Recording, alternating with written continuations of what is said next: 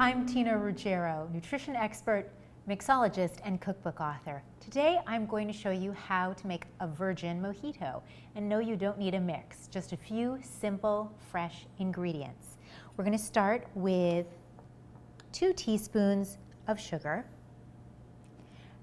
and about a half of a lime, chopped up. Now, this is more lime than you normally use in a regular mojito, but that's because you don't have the alcohol. So you want to bump up the flavor by using a little extra lime.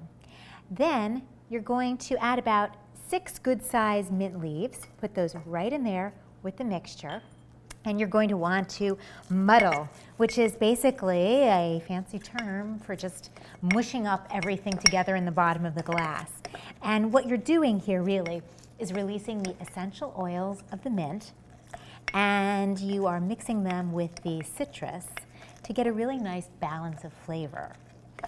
Now, you only need to do that about 10 seconds. If you do it too much, the mint can get a little bitter, so you really don't want that. Now, after you've been muddling for a little bit, you fill the glass with crushed ice.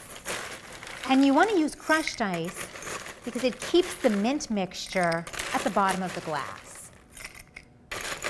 So fill that up to the top. And you're going to top with club soda. I love that sound. Fill it to the top.